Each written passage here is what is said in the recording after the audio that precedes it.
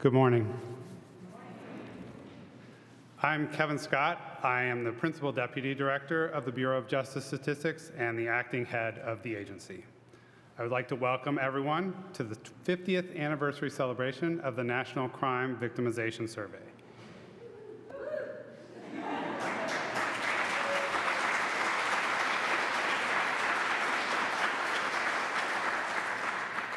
It is an honor to have so many of you here in person today, attending in person, and now that it's working, attending virtually as well.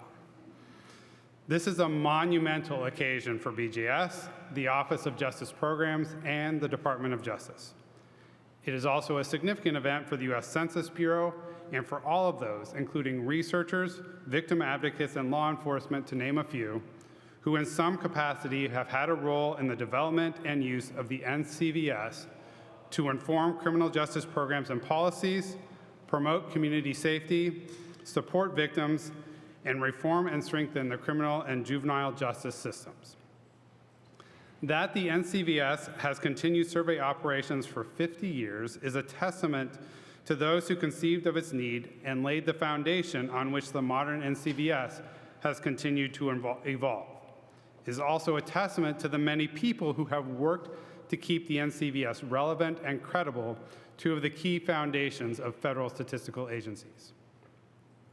Today, we celebrate both the survey itself and the people whose hard work has made it an example of what the federal government can do to inform policy and practice on crime. The NCVS's longevity also speaks to a continuing commitment to the importance of objective data collection, analysis, and dissemination. We at BJS appreciate that commitment and look forward to sustaining it. We have an exciting lineup for you today. This morning, you'll hear from leaders across the federal government on the significance of today's milestone. And this afternoon, we will reconvene at OJP, where BJS experts will share insights from the first 50 years of NCVS, and student researchers will give us a preview of the next generation of statistical leadership. Before we begin our agenda this morning, a couple of housekeeping items. At the Department of Justice, we have rules to follow. Please be mindful that you need to be escorted by a DOJ employee during any movement around the building. Please see anyone with the blue staff tag ribbon on their name tag for assistance. I can escort you too. I'll share overall guidance on exiting the building at the end of our program. At this time, I'm pleased to welcome Assistant Attorney General Amy Solomon, who leads the Office of Justice Programs, where BJS is housed.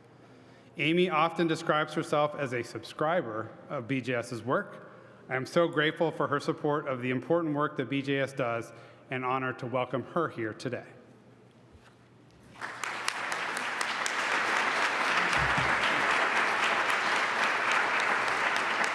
Thank you, Kevin, and good morning. It is great to see everyone. I loved the spirit early on with the celebration of 50. I'm so pleased to help welcome everyone to the Department of Justice to celebrate this milestone in criminal justice science. I want to congratulate and thank Kevin, our very capable and, I will say, beloved leader at BJS, and want to thank him and his whole team for their tremendous efforts putting together this event, but more importantly, the work they do on the National Crime Victimization Survey over so many years. The BJS team, along with our wonderful partners at the Census Bureau, continue to build and evolve, execute, and report on the NCVS using the highest standards of statistical rigor. Now, I want to give a special shout out to Deputy Director Doris James. I don't see her. She tried to edit herself out of my remarks, but I can see her back there. She deserves a lot of credit here.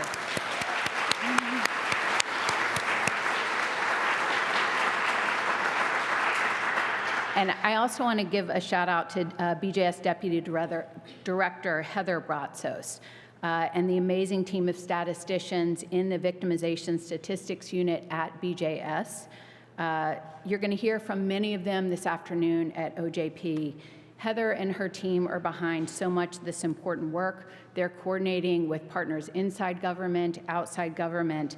They're refining the survey. They're working through a major redesign, and that will give us an even more textured and in-depth look at criminal victimization in America. I also want to take a minute to recognize a few very special guests here, welcome them back to the department and thank them for their work over many years, designing, redesigning this important survey. We have, I believe, 6 distinguished former BJS directors here in the room or on live stream. Joining us are Jeff Sedgwick, who is also the former AAG. We've got Jim Lynch over here, and Alex Picaro, who we miss very much. So glad that you could join us today. And joining us virtually are Bill Sable, Larry Greenfeld, and Jan Chaikin, who is the BJS director when I first worked at NIJ. So I'm so glad that they could join us as well. And we're also joined by John Laub, former director of the National Institute of Justice. And Lori Robinson, our former Assistant Attorney General, may sneak in here as well. And we're just so pleased to have you all here and so many former BJS scientists. It's been really fun to see you in the hallways and in this room, and we're so proud to have you here today. I've had the great privilege of working with so many of you over many years, and our interactions frequently involved consulting the data from the National Crime Victimization Survey. In my 3 tours of duty here at OJP and in all of my jobs and roles in between, as Kevin alluded to, I've leaned heavily on BJS data, tools, reports, spreadsheets. I am an avid consumer of BJS over many, many years and just so appreciate the work that this incredible organization does. For all of us and for our nation, the National Crime Victimization Survey has been a consistent and reliable source of insight into the state of public safety in our country, and it tells us so much of what we need to know to make informed decisions about policy and practice. And I am grateful, and I know you are too, that this resource comes with the BJS stamp of reliability. More than 50 years ago, President Johnson's Crime Commission said that among the many challenges of the administration of justice was, quote, "the greatest need is the need to know." Then the National Crime Survey, which as you know is renamed the National Crime Victimization Survey, stepped in to help fill the gap. And today it remains indispensable to our understanding of crime, justice, and victimization in this country. So our ceremony today is more than an anniversary celebration. It is an affirmation of the central role of this key data to our work to protect communities, serve victims, and ensure justice for all Americans. So thank you all for your commitment to this vital mission and for joining us to celebrate and commemorate today. And as a reflection of just how important this data is to the Department of Justice, we are really honored to be joined today by the 3rd ranking official in the Department of Justice, Associate Attorney General Vanita Gupta. Associate Attorney General Gupta is a champion of evidence-based policy and practice. She believes strongly in the power of data to shape public safety policy. She is a staunch supporter of our science agencies, and she is a serious data consumer herself. So I couldn't be happier to have her with us today. Please welcome the Associate Attorney General, Vanita Gupta.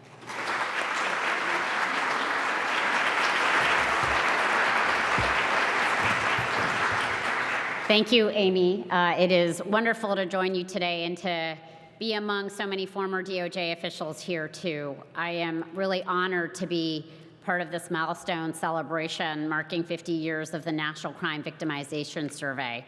I also want to thank Kevin and the outstanding team at the Bureau of Justice Statistics for their efforts in putting together this event and really for their excellent stewardship of the vital National Crime Victimization Survey. BJS manages a rich collection of data ranging across the public safety spectrum, and the National Crime Victimization Survey is among their largest and highly regarded data collections. Let me also thank Rob Santos and our friends at the Census Bureau for their longstanding partnership.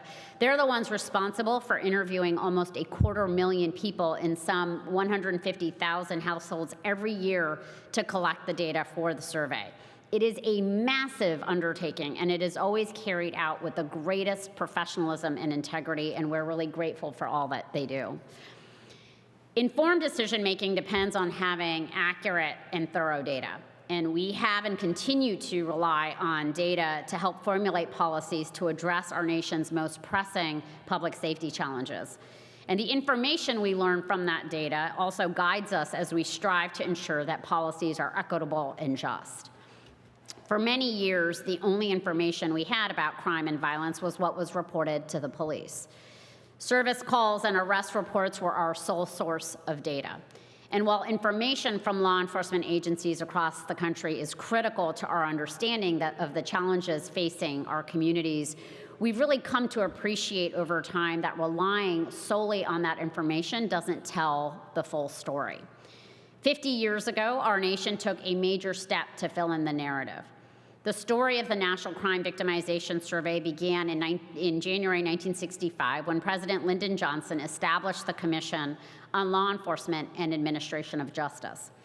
The commission, which was chaired by Attorney General Nicholas Katzen back then, conducted a pilot survey on crime victimization, a prototype for the National Crime Victimization Survey.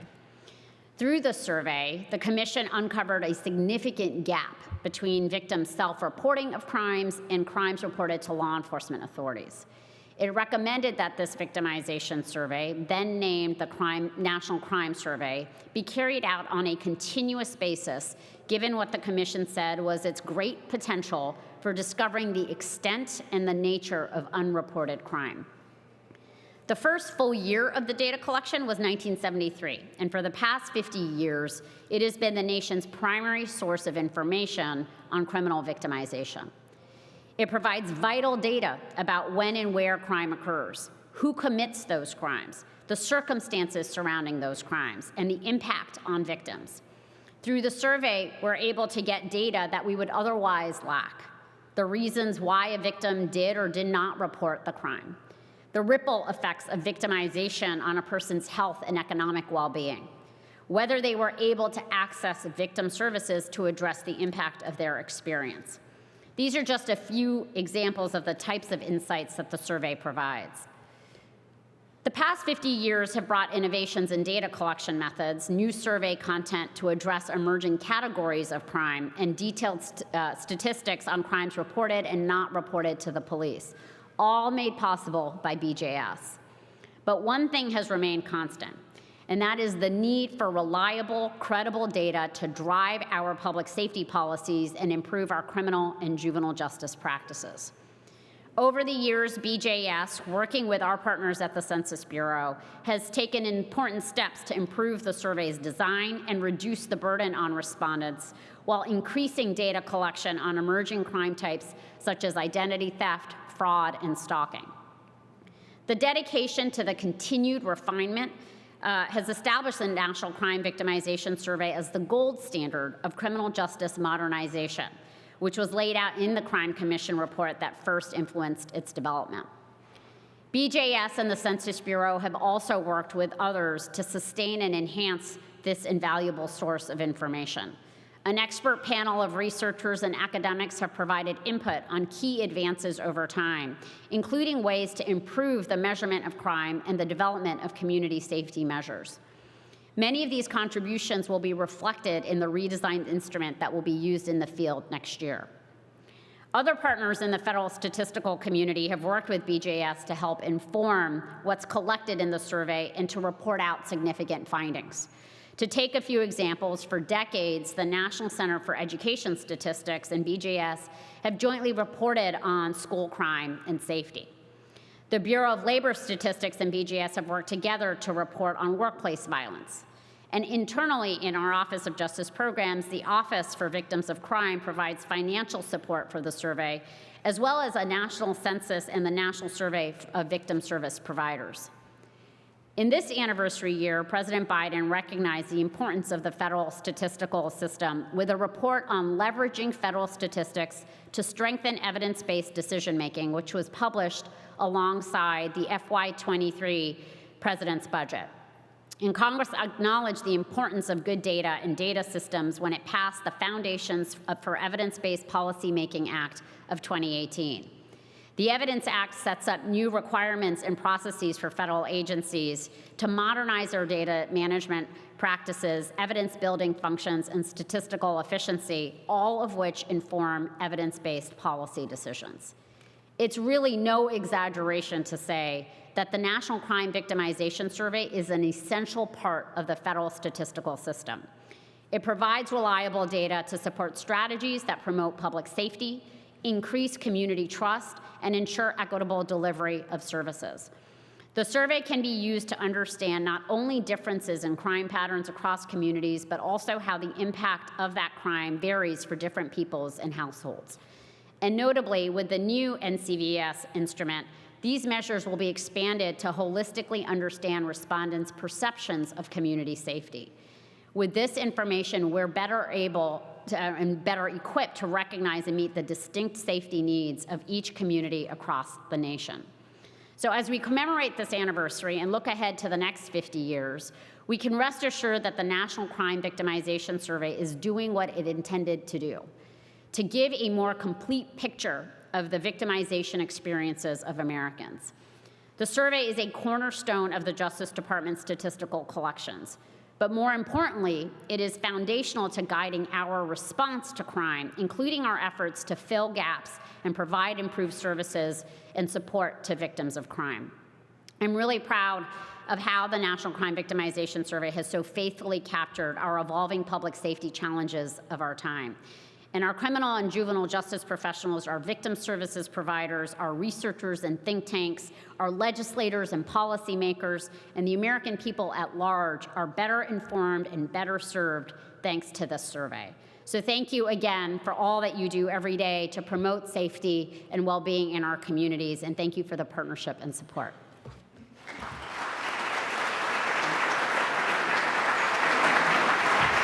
Thank you so much to Associate Attorney General Vanita Gupta. She needs to join her next meeting, but we're so grateful that she could be with us here today. And now it is my great privilege to introduce our next speaker. Census Bureau Director Rob Santos is a rock star in this field, and we are so fortunate to have him leading the Census Bureau.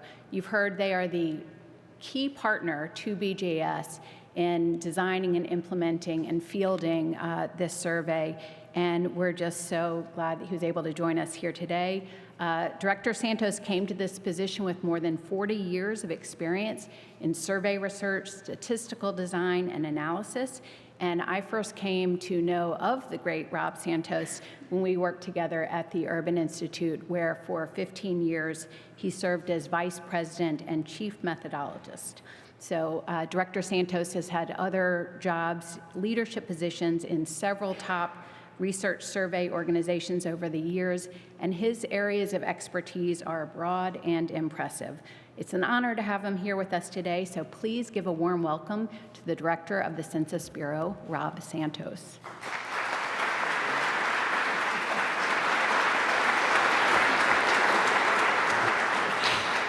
Well, good morning, everyone. I have a huge smile on my face because the NCVES is an absolutely amazing study. I've come to appreciate it over the years, and I'm going to tell you a little story of how that happened. But first, let me say, felicidades. Congratulations for half a century of work. What I want to do is I want to tell sort of like, let's humanize the NCVS and what we're trying to do in terms of contributing statistical evidence to the phenomena that need to be captured with regard to unreported crime. And the story I'm going to tell you actually starts with my longtime colleague, Nancy Levine. We worked together, and in fact, she was my client when I had a private social science research company in Austin, Texas, back in the early 2000s. And lo and behold, I happened to win a contract from Nancy, who was at the Urban Institute, on a re-entry project in Texas. This was a survey of prisons and jails where I would go with my little team all over the state. We'd hit the state prisons and we'd hit the jails, county jails and such, go in a couple of days before the folks who were incarcerated were about to be released, assemble them, hand out some self-administered interviews, get them to participate, collect them, and then go follow them up, several months later and then a year later, to look at the issues, what are they experiencing now that they're out and such. And there's something that happened that just really impacted me in terms of my understanding and appreciation for the NCVS. And it happened at a female prison in Texas. So I went there, and of course, I don't know if you guys know about this, but you have to sign your life away when you go into those things because the state of Texas does not negotiate for hostages. So you have to waive all those rights and such, and then you go in. And in this case, it was a female prison. They brought the people in, and we did our thing, like, yes, this is really important study, please, tried to sell the salience, and, that only goes so far. But we were successful. We got most of the folks to participate, and we were working on the recalcitrant folks. And this woman said to me, she said, "No, I'm not going to participate unless I talk to you." I said, "Okay." So we went off to the side, and we had 5 minutes together so I could talk to her about the importance of the study and how it could really help people like her understand recidivism and help prevent that. And over the course of just 5 minutes, she ended up telling me her life story. And it involved and it featured early familial domestic violence. And then that went on to, she had a boyfriend, live-in boyfriend, domestic violence. And then it got even worse because when they got arrested in the event that led to her being in the prison, she said that they had, a cache of drugs, and the boyfriend convinced her to take them because he said females get off easier than males, and they'll just throw me, put me in jail and throw away the key type of thing. So she accepted that. And she found herself in that situation, and she was really distraught about it. I showed my understanding, we talked about it, and she eventually took the survey. So we were really pleased to be able to have her voice in that. But it occurred to me that there were too many stories like that. I mean, hers was just one story of someone who ended up getting incarcerated, who was not able to tell their side of what domestic violence and other unreported crimes feels like and how they had to endure it, or they felt they had to, in order to get by.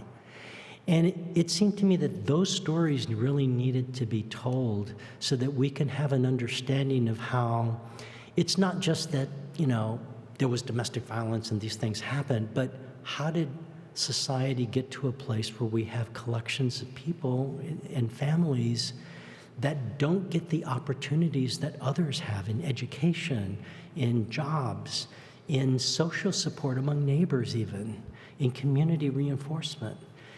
Those stories need to be told.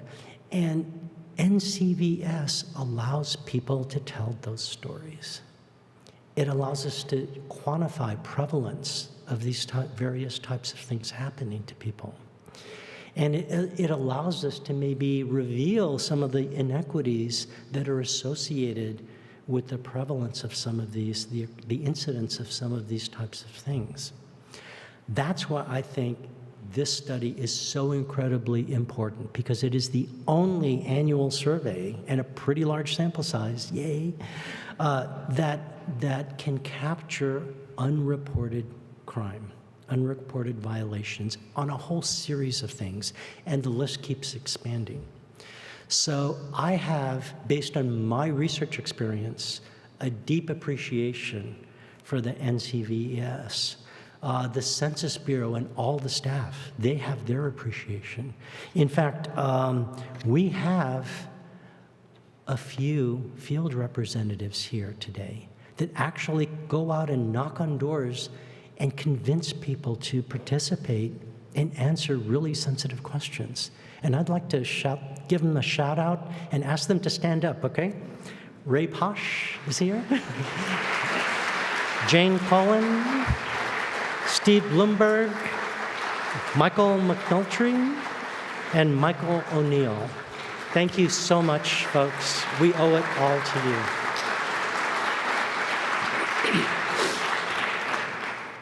They are incredibly important parts of the overall team that brings together BJS, the Census Bureau, our technical staff, our field staff, our clerks, everything, or even our contracts people.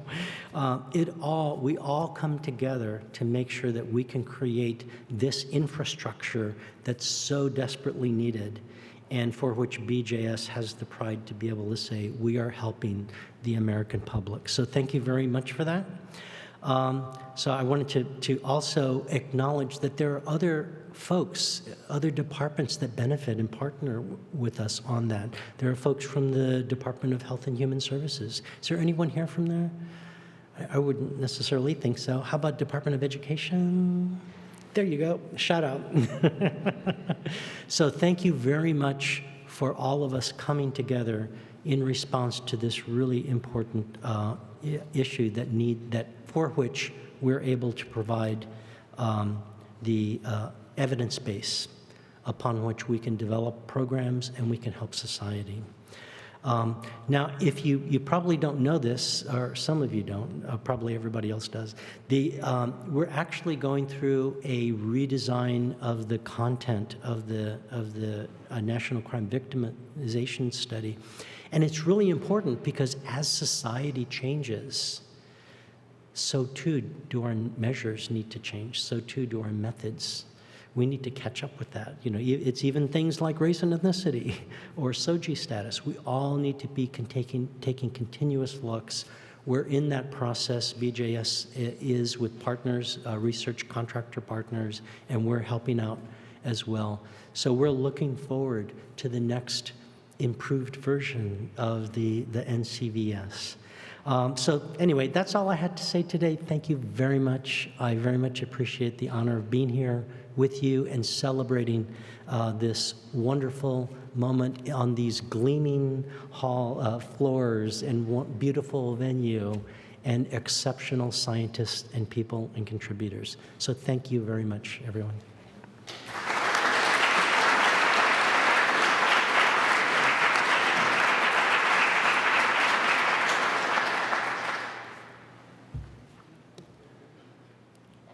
About this time next year, with the Census Bureau as our partner, BJS will be launching the survey of inmates in local jails for the first time in about 20 years. Maybe you can refuse the conversion? All right. Thank you, Rob, and thank you, Amy. We're going to do a bit of a switch to move over to our panel, and so I'm going to let Amy and Rob, if they're welcome to stay, but they can step aside as they want. But I wanted to introduce our roundtable participants, an impressive panel of distinguished researchers and federal government officials. And I'm introducing them alphabetically, no other kind of precedence. Sorry, Bob. The first panelist is Janet Lauritsen, a Curator's Distinguished Professor Emerita in the Department of Criminology at the University of Missouri St. Louis, whose research has included work on the NCVS. Nancy Lavine, who is the Director of the National Institute of Justice at the Office of Justice Programs and a nationally recognized criminal justice policy expert. Jim Lynch, a research professor at the University of Maryland and former BJS director, whose research includes work on victim surveys, including the NCVS. Chris Rose, the director of OJP's Office for Victims of Crime, and whose career includes several positions in the Department of Justice, including at NIJ and the Office on Violence Against Women. And Bob Savinsky, who is in the Office of the Chief Statistician of the United States in the Office of Management and Budget, and among other things, the BJS desk officer there for the past several years. This discussion will highlight the relevance of the NCVS in the federal statistical system, importance of the NCVS in establishing criminal justice policies, research using NCVS, and the past, present, and future uses of the survey. So please join me in welcoming our distinguished panelists.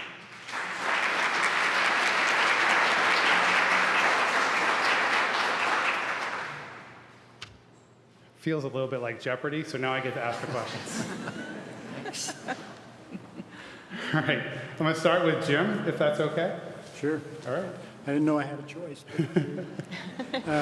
The question that was posed to me was to describe the NCVS and compare it to police administrative records that have been used historically to measure crime. And so there are many people in this room, Mike Rand particularly, who knows a lot more about this than I do, but I'll give this a shot. The National Crime Survey, or Victimization Survey, is, as most of you in the audience already know, it's a survey of the residential population of the United States, 12 years of age and older. Those people who are in the sample are asked to report on their crime experience in the previous 6 months. They are also, those who are victims are asked to describe the nature of the event and the consequences that occur. And so this is what BJS uses to make estimates of crime and victimization on an annual basis using the survey. So in contrast, the police administrative records obviously are taken from what's proposed to be a population of police agencies in the United States with arrest powers. I'm talking specifically about the summary system of the Uniform Crime Reports and now NIBRS. And so that you can see the major difference, I think, between the two systems is their source of data.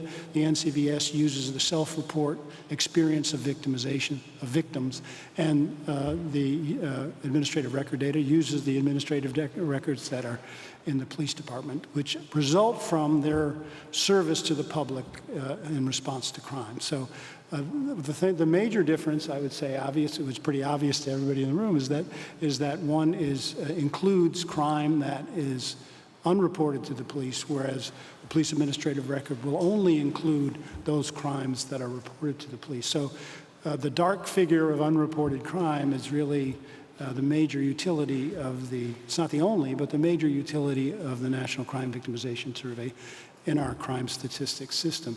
I should say that there are many other small differences between these two types of records, but for instance, the scope, there's no victimless crime. So loitering, public order offenses, all these kinds of things are not included in the NCVS. Murder as well, as people know most often. Some people, if you call back 6 times, you actually get the dead. So I don't know if but that kind of there's an overlap. So the common law crime that we're used to, rape, robbery, aggravated assault, burglary, larceny, and motor vehicle theft, that core of common law crimes is shared between the administrative record data and between the survey data. But other crimes are in the NCVS, not in the police statistics, and vice versa. So they're really meant to be, for years they were competing with each other to see who could get the first release in September of every year. But over time, people have begun to realize that these are complementary. They're meant to be used to complement each other, not to compete with each other. Similar to the way the administrative records and the surveys are used in our labor statistics for the unemployment rate. So what one doesn't get, the other gets, and they should be used in parallel, not necessarily running in parallel. So I think that's all I have to say about that. I feel like Forrest Gump. Janet, the next question is for you, and I'll not require anybody to memorize our. You're absolutely welcome to, but Janet, you've worked with crime statistics throughout your career. What is unique and important about the NCVS, and what it can show compared to other data sources? Thanks. I'll say a few things about what's unique about it, but many of them were mentioned briefly in prior remarks. I just want to first make the point that the survey has critical indicators that are important for any informed public discussion of crime victimization in the United States. And the societal value of the survey goes beyond the critically important issue of having crimes that are not reported to the police, as well as having the reasons for why those crimes are and are not reported. So simply put, without the NCVS, we would not have a nationally representative, ongoing data on crime and victimization with extensive details on victims and incidents, on the consequences of victimization, on the persons, the perpetrators committing the crimes where there is direct contact between the victim and offender, nor would we have data on the context of the event, such as the victim-offender relationship or the place of occurrence of the event. We would also not have information on the costs of crimes, financial costs of crimes as reported by victims of property crimes. The nature of the police response when the victims call or someone calls on their behalf. The details on distress, emotional and physical distress as a result of the victimization. And these are all critical to decisions we make about, or choose to make about how we're going to respond to crime. I also, it's been mentioned briefly that because we have this, we can also study disparities in all of these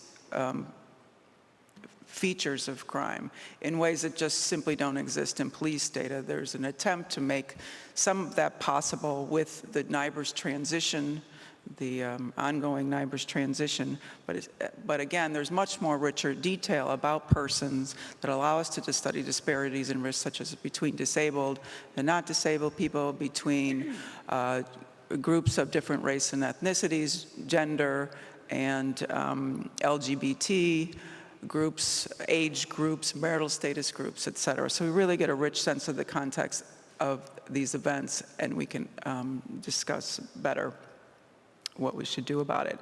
And one other thing I'll mention is the periodic supplements to the survey are critical to discussions about crime in other areas.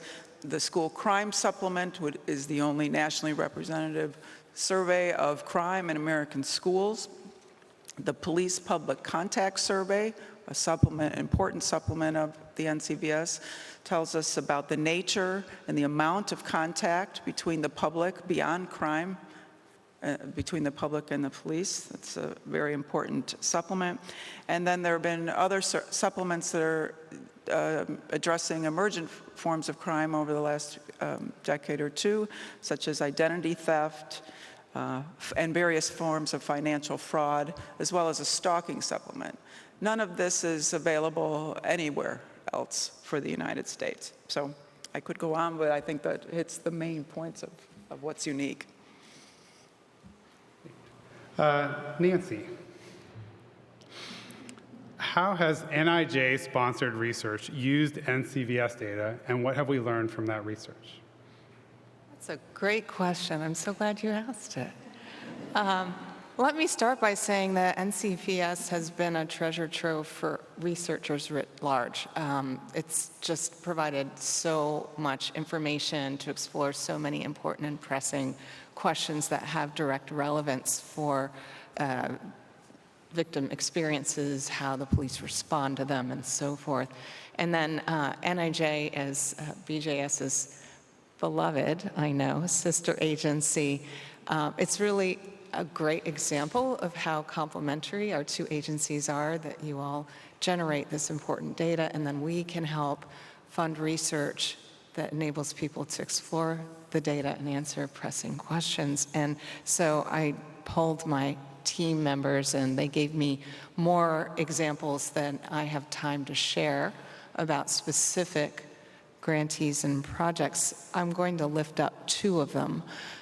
One is a project that researchers at the University of Massachusetts Lowell conducted, and they were looking specifically at victim-police interactions in the context of hate crimes, and specifically LGBTQ hate crimes.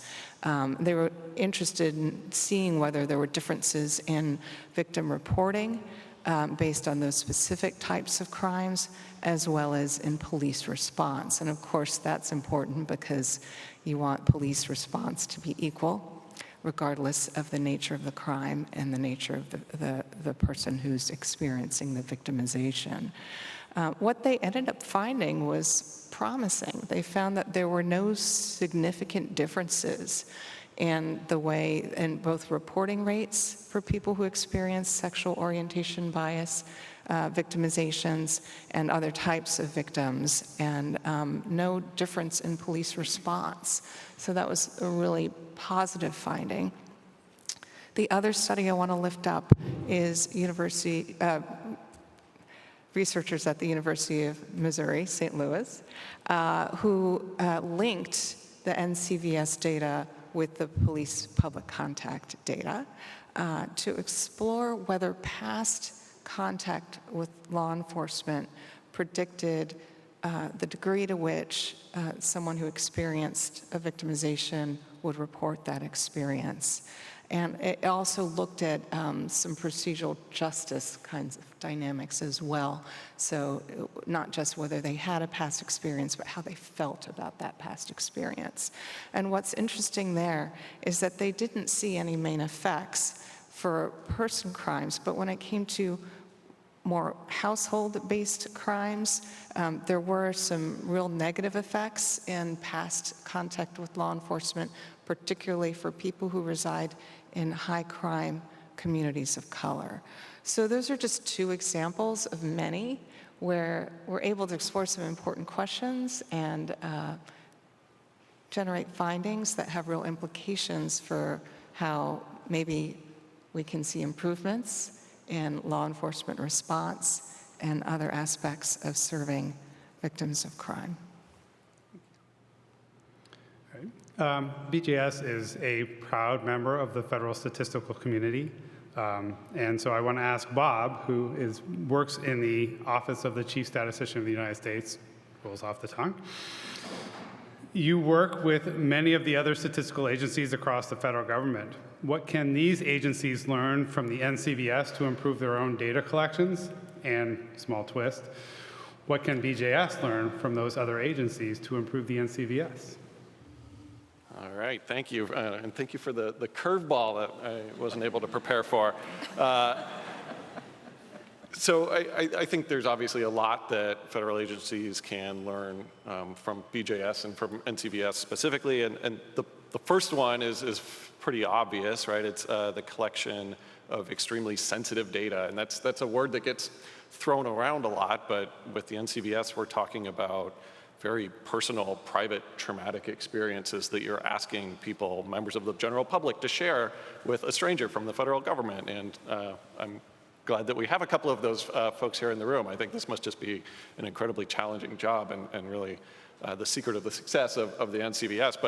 But really I send other federal statistical agencies to BJS staff all the time and say, talk to BJS, talk to the NCVS staff about how to do this. And it's really a matter of the policies and the protocols, right? So you have to have like the right policies in place on how you're going to do things and how you're going to talk to people, and the protocols, whether that's the electronic data collection, how you're collecting the data, how you're reassuring people that you're going to be able to keep their data private. And there's also some really thorny ethical issues there too, I think, right? If people are telling you something about what's your duty to report that maybe. And so it's a very difficult thing to navigate on a lot of different fronts. And the NCVS has a very mature and a successful and well-established way of doing it. And so I send federal agencies to you all the time to get advice on how to do it in their own programs. The second thing has also been mentioned here today already, I think, which is just the constant evolution and growth. It's really an attitude, I think, of BJS and the NCVS, where this is not just a production survey that's constantly cranking out the same data widgets year after year. This is really kind of an ongoing research project. And the BJS staff is always looking for ways to improve, whether it's through the protocols and policies or the actual data that gets collected or the use of technology. It's just a really constant process. And then there are kind of big waves of redesign and content redesign and things like that. But even just during normal production cycles, they're constantly looking at ways to improve, which is really challenging in the federal government when everyone's kind of flat funded and trying to keep their head above water to really maintain that spirit of research and evolution. And then maybe the last thing I'll mention in terms of what agencies can learn from BJS is I think they do an excellent job of reaching out across the federal community with other statistical agencies and other agencies. So we mentioned the Census Bureau, of course, longtime partners on NCVS and other studies. But there are also partnerships in place with, I think Rob mentioned, HHS and education, Treasury. You know, there are all different kinds of crime out there that affect different federal departments. And from OMB, one of the first things we usually ask agencies is say, well, did you talk to this other agency when you came up with this question? And it's just nice. I always know at BJS the answer is going to be yes. We thought this through really carefully. We engaged with our partners, and we are confident that this is going to provide the best data for decision makers. So, those are the things I wanted to highlight. What BJS can learn from other agencies. BJS is one of my favorites. I gotta say, all of the stat agencies are my favorites, but BJS is my favorite. I think that's a tough one. I have a much longer list of things that other agencies should be looking to BJS for. I don't want to criticize anyone in the room here, but yeah, I think we all have a lot that we can learn from each other, right? I mean, as we're all facing a looming shutdown and all kinds of crises together, this is one benefit of the federal statistical system. All the agency heads get together once a month and they're able to talk to each other, and they really can share some experiences. And I think there's hardly anything that I've seen come up in my 8 years at OMB that is coming up for the first time or unique. And so just the willingness to participate in these environments, in these groups, and let people know what you're going through and what's happening and getting advice, I think we can all really learn from each other. And the system as a whole benefits from that when there's a united front and we all have a similar approach. We're talking to each other. So I'll give that general answer. Thank you. All right, Chris, one of the focuses of the NCVS has been on access to victim service resources. And so we know from the NCVS how many people who are victims of crimes seek out and receive victim services after the victimization. But there's another side to that. And so can you tell us a little bit about how the NCVS has informed work and the priorities in the Office for Victims of Crime? Phone working? Okay. I want to start, though, by just saying how nice it is to be invited to be on this panel. One of my first jobs when I got out of graduate school was working at the National Criminal Justice Reference Service. And I was a statistics information specialist for the BJS Clearinghouse. This is quite a while ago. And my job was to answer the 800 line and respond to questions about BJS data and other statistics around crime and justice. So I developed this early appreciation for the NCVS. And we and my colleagues, we just totally nerded out on how awesome the NCVS was, and it was a lot of fun, and we took such pride in being able to help people figure out how the NCVS could, inform the work that they're doing.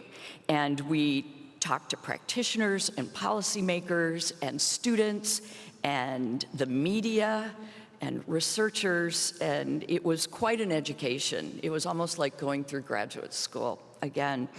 I think coming from the perspective of, and by the way, if I had known 30 years ago when I was answering that 800 line that I would be sitting up here with these amazing people talking to some of my dearest colleagues in criminal justice, I don't think I could have imagined that.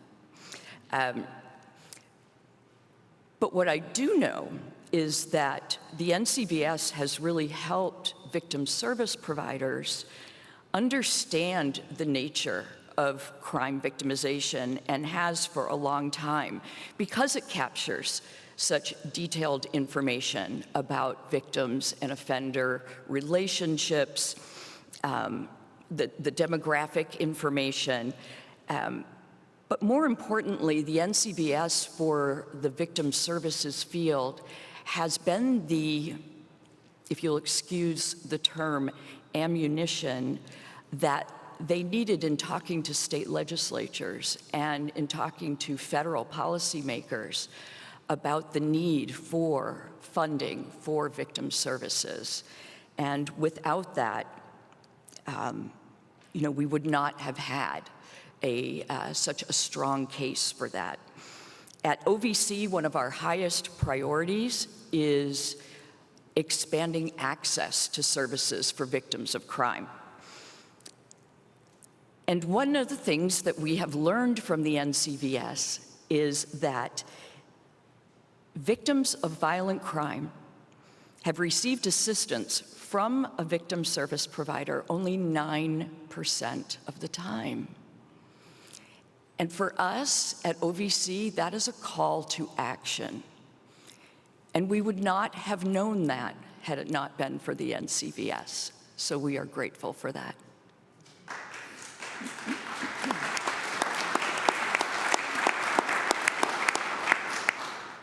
So I want to say, I think the 800 line is gone. But one of my favorite things about BJS, and I honestly couldn't believe this when I started BJS, is we have an email address, and you can email us. It's askbjs@usdoj.gov. And if you email us, we will answer your question. So we still do that. We still nerd out. Sometimes we're surprised at how many people ask us questions, but I think it's a good sign that people are asking us questions about our data, and it's good to see that people had good experiences answering the 1-800 line. Nancy, how can BJS and NIJ, as the statistics and research agencies of the Department of Justice, partner together to advance research, data, and statistics on criminal justice? That's a great question, and it kind of leads in. I think there's another question coming, and I'm going to answer both at once, which is because it's forward-looking, right? We team up a lot. We coordinate. We'll get proposals where people say they're going to do national surveys. We always check with you and your team first, make sure that that's not redundant or overburdening certain respondents or agencies. But and you know this, but I've been long obsessed with. I'm not a victimization person. Let me just start there. I haven't done a lot of research on victimization.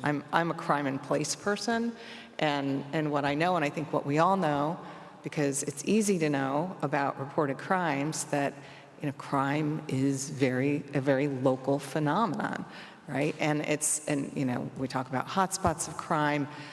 We know it's concentrated, but it's super concentrated, even at the community level, even at the neighborhood level, even at the street segment level. You will have some street segments that have a lot of concentration and others that have next to no crime. This is the reported crime, right?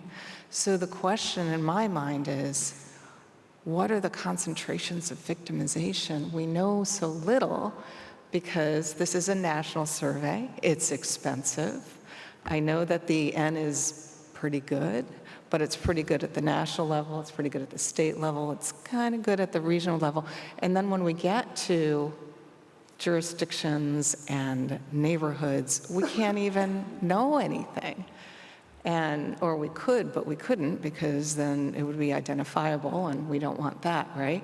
So I think that there's an opportunity, and maybe it's not through NCVS, or maybe NCVS can do more oversampling in certain geographies so that at least we can see, like just experiment to see what those concentrations might look like.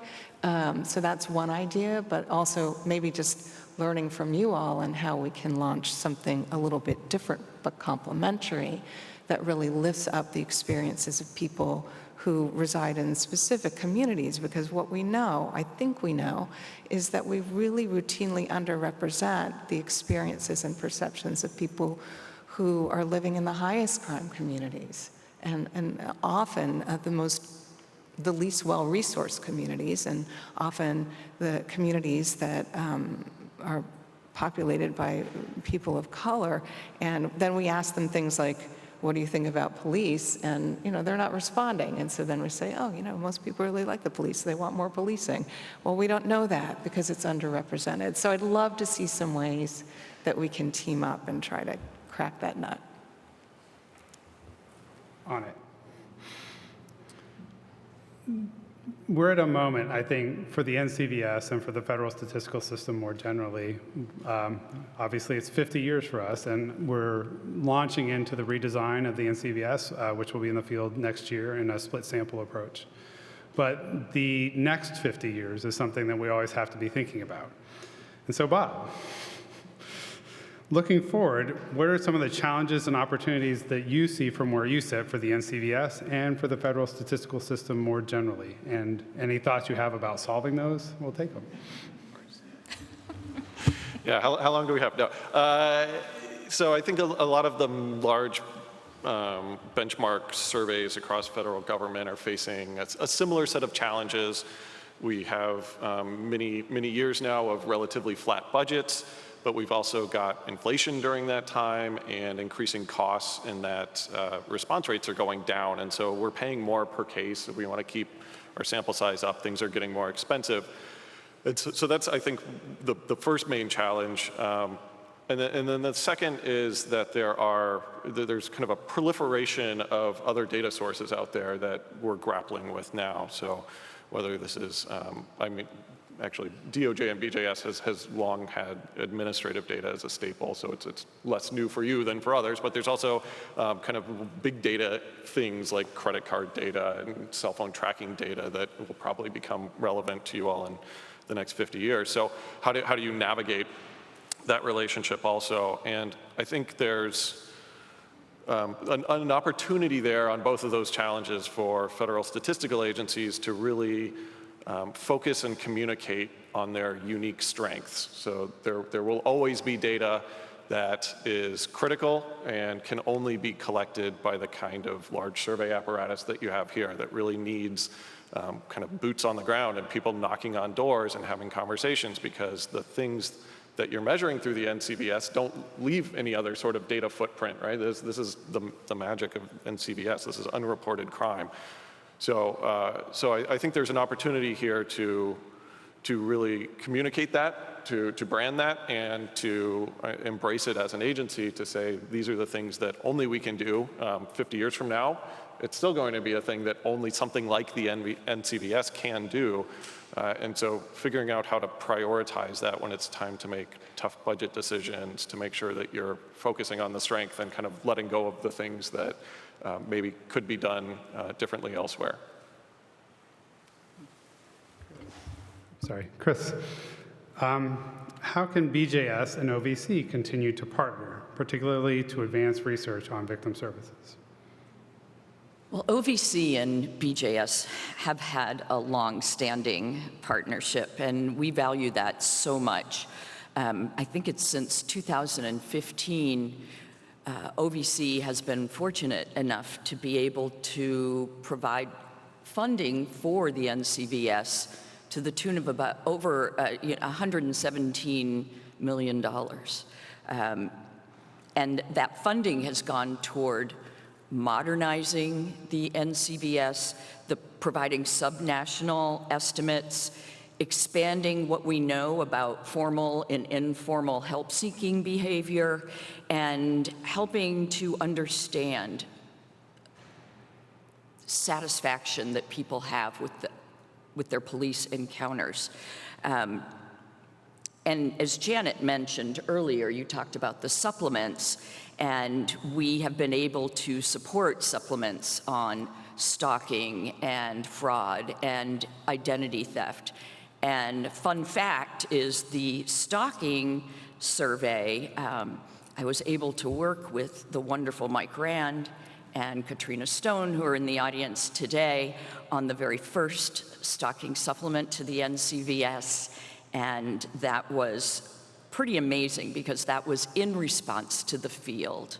They wanted data on stalking, and no one really knew how to put a name on it.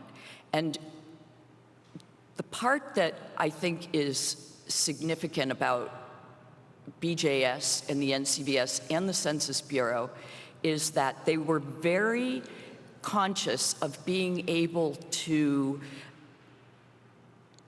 when asking the questions in the supplement, use, I don't even think we were calling it this then, but use a trauma-informed approach in doing so.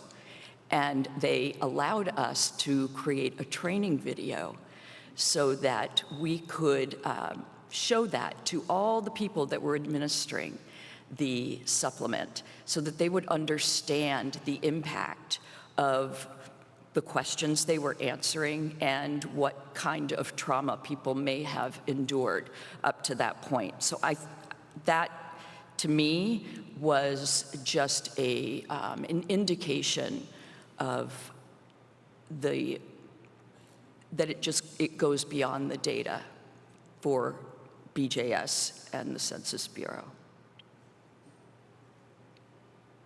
Next question is maybe written a little bit more broadly. The answer could take 3 hours and would be the subject of several general exams. So I want to be careful about this one. For Jim and Janet, in whichever order you want to handle this, you can negotiate. Before you. What impact has the NCVS had on the field of criminology? I'll start with that question. Again, 300 words or less. Janet had already threatened me not to steal her lines, so I'll keep this very brief. I think the survey opened up an entirely different view of criminology. For the longest time, criminology focused on the offender and punishment.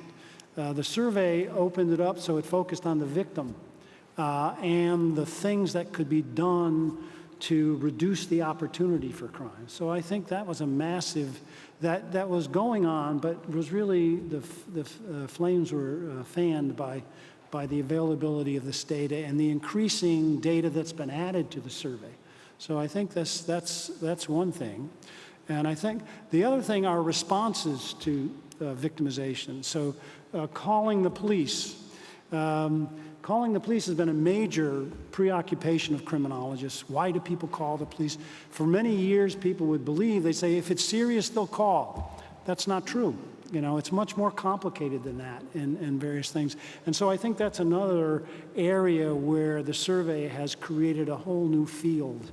And within that, there are so many things that people have done creatively using the longitudinal aspects of the survey and other things. So I think it's really difficult to calculate the massive change that has occurred because this gem is ongoing. So did I steal enough? No, thank you. I think the impact has been, it's hard to overstate the impact of the NCVS on the field of criminology.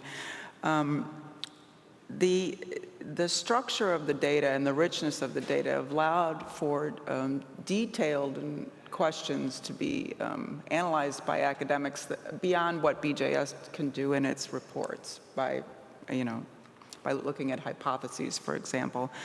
The individual, you can study at so many levels of analysis that you get a richer picture of the context ranging all the way from the individuals and the repeatedness of victimization during their interview period, to the situations and the outcomes of those situations, to community factors using census data center measures of where the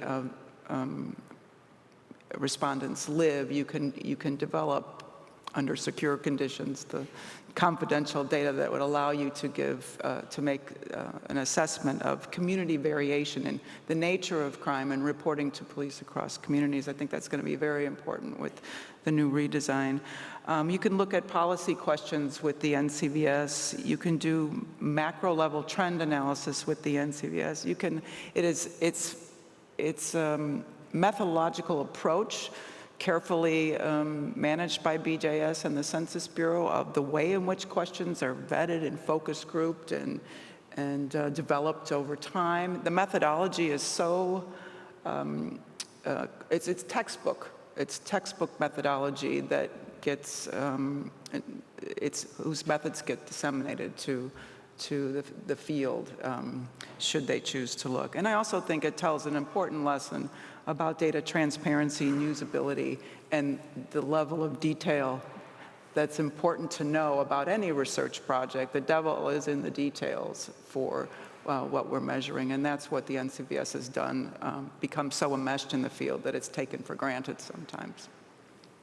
I will say, one of the things that I learned in my first visit to an annual meeting of the American Society of Criminology is that the NCVS has a fan club, not formally, but there are so many graduate students and so many criminologists who have done what BJS cannot do, because our job is we get, I think, focused on collecting and reporting some of the basic findings of the data, but those data are available sometimes in a public file, sometimes under restricted conditions, for a really deep contextual research, and can inform not just kind of the academic understanding of victimization and its consequences, but also can inform the policy as well. And that's one of the really, I think, nice things about the federal statistical community and its kind of commitment to providing the data that we collect to the people, the taxpayers who paid to collect those data. And so that's the value proposition from our perspective.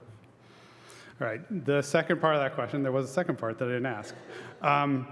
Can we talk a little bit about how the NCVS, Jim and Janet, but if anyone else wants to weigh in, about the impact of the NCVS on victimization surveys in the international, the non-US kind of context? I'm watching Jim and Janet figure out. Should I let you sit next to one another so you could? Jim and I have been at many of the same meetings and have many of the similar conversations with people from other countries over the years, but he has more years on me, so he knows more about this. But I can just say, that I know that the survey, it was the first survey of its kind in the world. 1973, it wasn't until the early 80s that it was done in Great Britain. And I know there have been many conversations between the people who worked on the survey in England and Wales and the Americans, NCVS, BJS. People who've been around, I probably can list many other countries, but I know I've had conversations myself with France, Italy, the Netherlands, Canada, Mexico, along with Jim. So it's a community of people who keep their eye on what the Americans are doing, what the NCVS and BJS are doing with their survey, so that they can adopt for their own needs the best practices and what didn't work as well when they try to measure new things. Yeah, I agree with Janet. I think that the major contribution, I think, of the NCVS was to show that this methodology worked. Al Bitterman and Al Reese, when they did those pilots in 1968, no one knew whether or not there was enough, the volume of crime was high enough to be detected by a survey of normal size.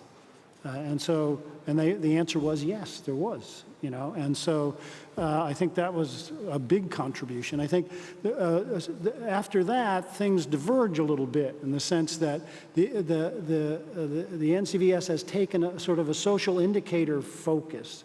So this is a serious effort to get a crime rate. That's why they had 2 redesigns, trying to find out better ways to screen the population so they get more complete reporting.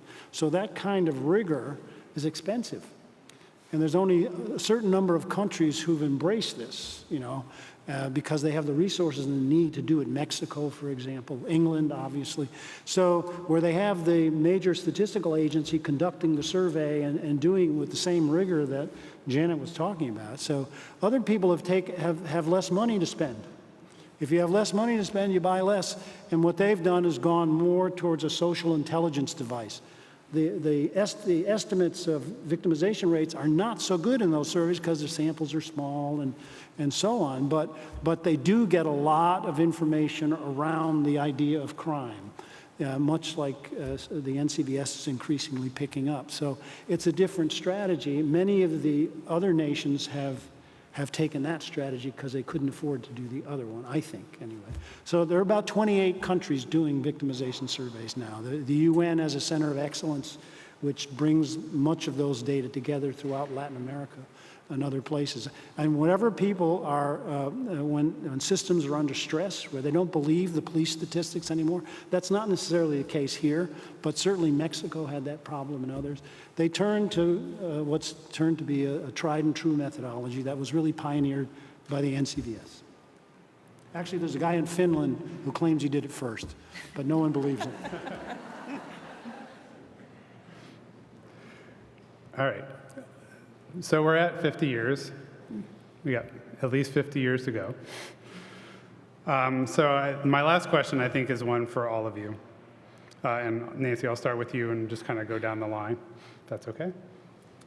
Today, we are commemorating the 50 years of data collection under the NCVS, and this is where I start to take notes. What one piece of advice do you have for BJS to successfully administer the NCVS for the next 50 years? So I already answered that question. I'd like to see data collection at a more local level. So I'm gonna turn the tables and ask you a question. So as you look ahead to the redesign, how are you thinking about balancing new questions based on new opportunities for perpetration and new victimization experiences and just, how the world has changed with the tremendous value that you get from that longitudinal data collection? So you start messing around with the questions, then you can't look at change over time. How are you balancing that tension? How are you thinking about it? We're out of time. I have two answers. The first is stay tuned for this afternoon's session for a more detailed answer to that question. But I think this is the fundamental challenge of the NCVS as you redesign. The nature of crime and the nature of victimization is always changing and is always evolving. And the opportunities to commit crime or to be a victim are different now than they were 20 years ago. We have to deal with internet-enabled or internet-only crime. How do we measure that? Can we measure that? And kind of answering those questions so that we still are able to do that, but also acknowledging one of the values of the NCVS is its series, is that we start every bulletin with the trend. And to be able to continue that trend, but to also be able to ask questions in ways that respondents in 2023 can answer, or in 2033 that may not have been in ways that respondents in 1973 were able to answer that question. So it's a little bit of science, a lot of research, a lot of investment in research, and if you ask the questions this way, do you get different results than if you ask the questions this way?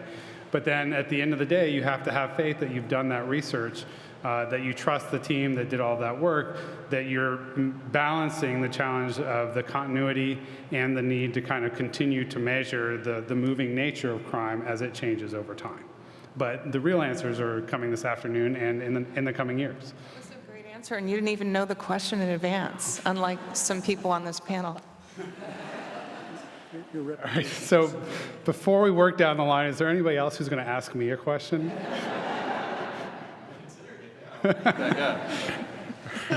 Jim, what would be your one piece of advice for the next 50 years? And it can be more than one if you want.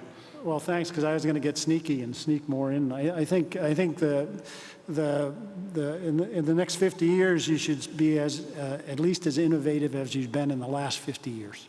That I think the innovation should think about technical issues that Bob sort of brings up, the idea of blending estimates. You have this new incident-based police administrative record system. I would think that there would be blending where the division of labor for the collection of information would be shared, where estimation would be used both sources of data. I think that would be a great thing to do. I think that the other thing I think would be to institutionalize certain partnerships that have sort of, Chris has talked about hers, which has flourished, but other partnerships. NCVS has a big price tag.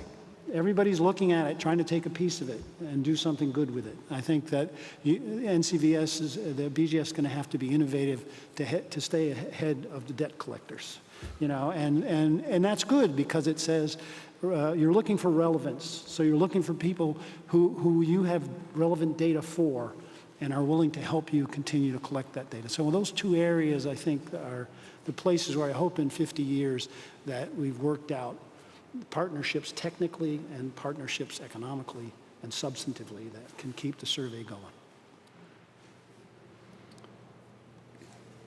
My turn? Sure, as long as you're not asking me a question. I have no question for you. So my advice is pretty simple, and that is to keep hiring smart, passionate people at BJS. Most people assume, no offense, that statisticians are just kind of nerdy people that only care about the numbers, but I have never, ever found that to be the case with the BJS statisticians and the BJS leadership, that they have a profound interest and passion for the work that they're doing, and they see the data as more than just numbers, and they know that those numbers represent a victimization or a person. So that would be my advice, is to continue to do that, and the victim services field will thank you for it.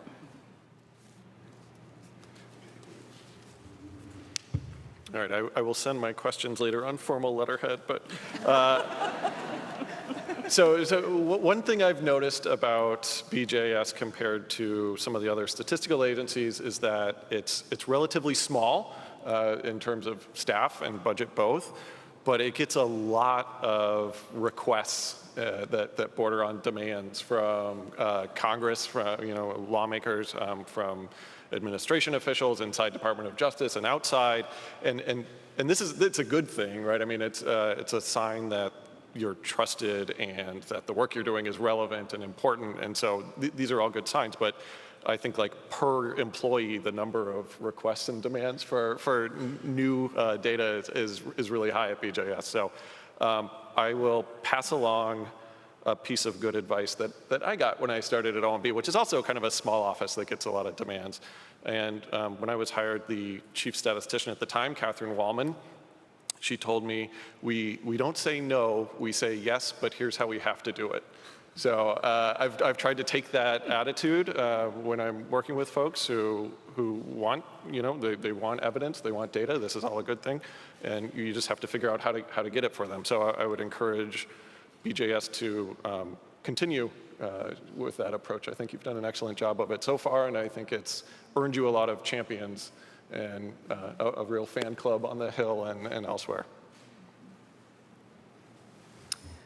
Well, I won't pretend to know what's going to happen in the next 50 years. I will say, though, that I think we can expect, with new forms of data development, scraping, web-based AI, and the like, that there will be a proliferation of advocacy of many different views of particular narratives about crime and victimization, and that for BJS to maintain the respectability and the attention of the public, I think it would be useful to let them know often about your adherence to the principles and practices of a federal statistical agency, and your commitment to transparency of methodology and relevance, and your even-minded, not saying much about anything approach but the numbers. That would be my advice. Thank you all. I appreciate this and certainly appreciate the kind words about the NCVS and the BJS staff from the panelists. And I appreciate your time. Thank you.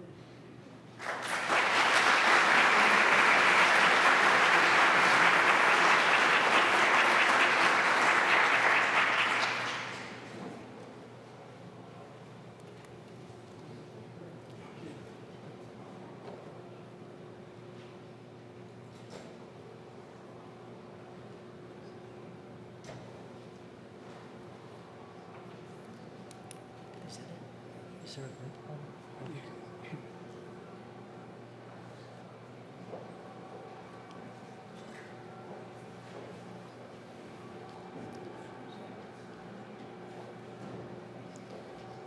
So I'll talk while the screen finishes its roll down. All right. Over the past 50 years, the NCVS has adapted and evolved, all while maintaining its position as the flagship survey of BJS. This short video highlights the key milestones in the NCVS's 50-year history. The National Crime Victimization Survey, along with its predecessor, the National Crime Survey, has been generating victimization statistics since 1973. The history of this survey and its evolution to where it is today is a testament to the hard work of the Bureau of Justice Statistics, the U.S. Census Bureau, and the countless criminal justice experts, statisticians, and survey methodologists who were involved in the survey's inception and its continued enhancement over the past 50 years. In 1968, Congress passed the Omnibus Crime Control and Safe Streets Act. This legislation was designed to assist state and local governments in reducing the incidence of crime. An important part of this act was the creation of the Law Enforcement Assistance Administration, which was established to assist state and local governments in reducing the occurrence of crime.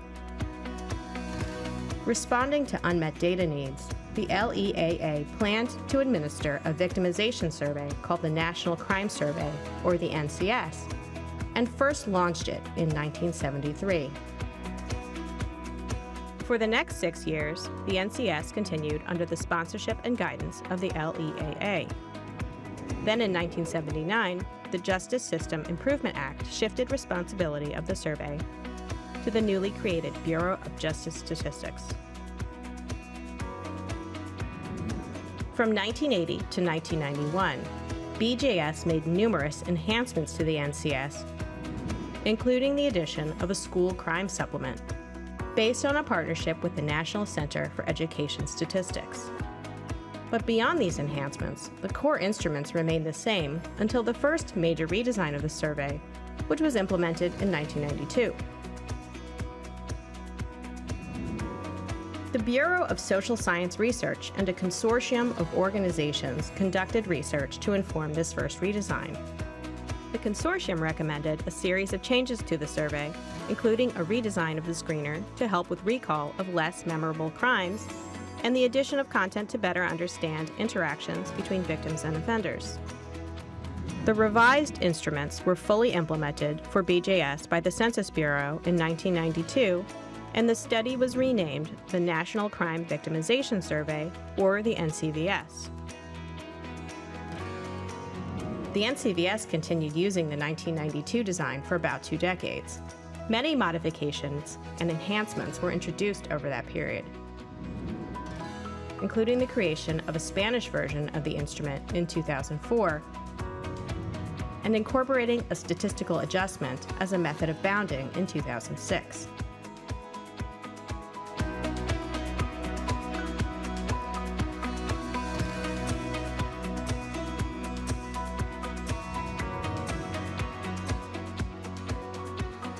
Around 2010, BJS started to consider the next phase of the NCVS.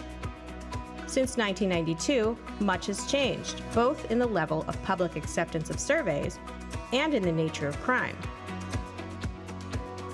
For the past decade, BJS and its partners have been conducting a wide array of research projects to investigate ways to increase survey cooperation, reduce costs, improve measurement, and enhance the utility of the data to the NCVS stakeholder communities. During this timeframe, BJS also worked to make enhancements for its data user community. Starting in 2016, the NCVS program redesigned the NCVS sample to produce subnational estimates.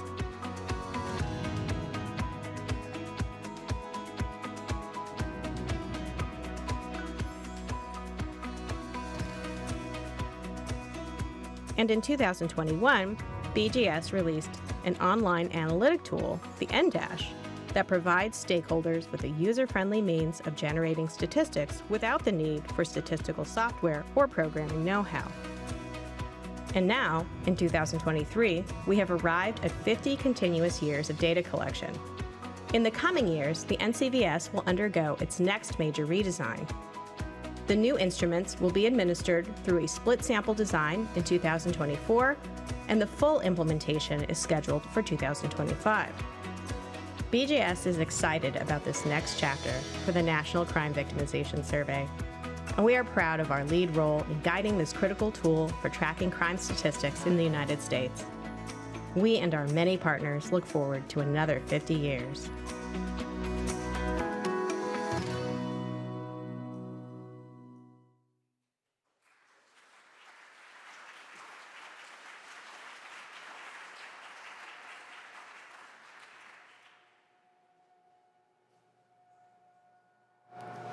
On the list of things that would not have made sense in 1973 is the following sentence. For your viewing pleasure, the NCVS video will be available on the BJS YouTube channel following our afternoon program at OJP. In my opening remarks this morning, I mentioned this was a significant occasion for those who have had a role in making the NCVS a success in some capacity over the past 5 decades. Now, in addition to those recognized already by Assistant Attorney General Amy Solomon and by Census Director Rob Santos, I would like to recognize a few others who have joined us in person for this event. And as I recognize you, I'm going to ask you to stand. First, the greater NCVS team, both at BJS and at the Census Bureau. There are many people here today representing those two groups.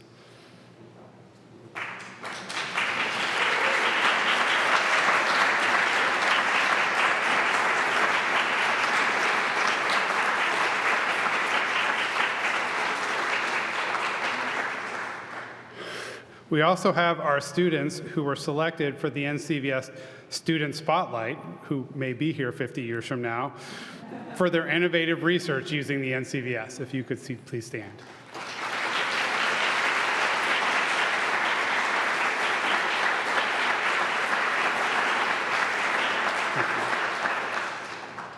Current and former BJS staff, would you please stand?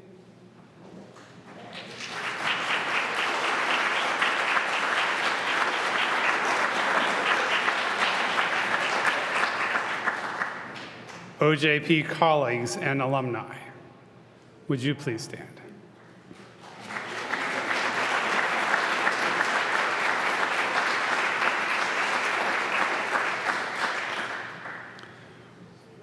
Other friends across DOJ components, primarily outside of OJP, if you're here, if you would please stand.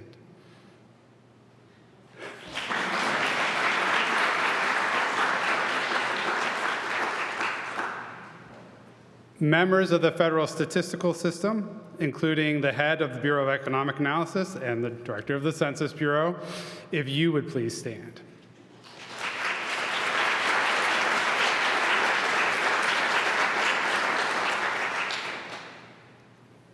The person who gets the award for flying the furthest.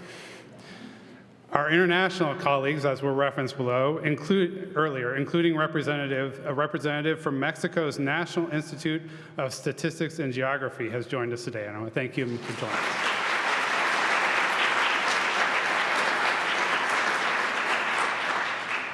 Finally, criminal justice practitioners, advocates, and the entire research community, feel free to stand.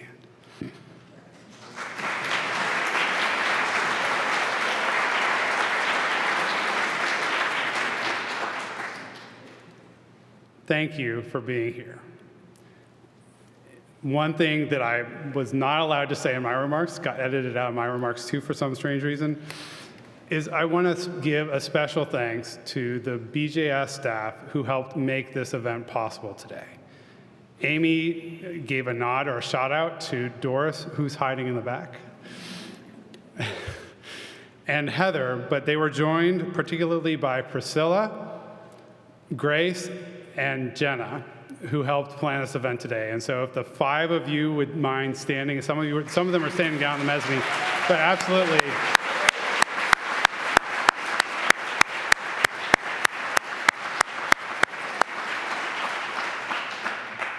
Thank you. All right. All non-DOJ attendees should exit through the Constitution Avenue Visitor Center and return the special events badge to the officer upon exit. That's the entrance that way, basically. Our volunteers will be in place to direct you. For those of you who are joining us this afternoon up at OJP, we'll see you there. Please remember to budget time to get through security again at the OJP building before the afternoon program begins at 1 p.m. Once you come through security at OJP, we'll escort you up the elevators and into the OJP ballroom. If you're on the fence about whether you should come this afternoon, in addition to some fascinating in-depth presentations, there is cake.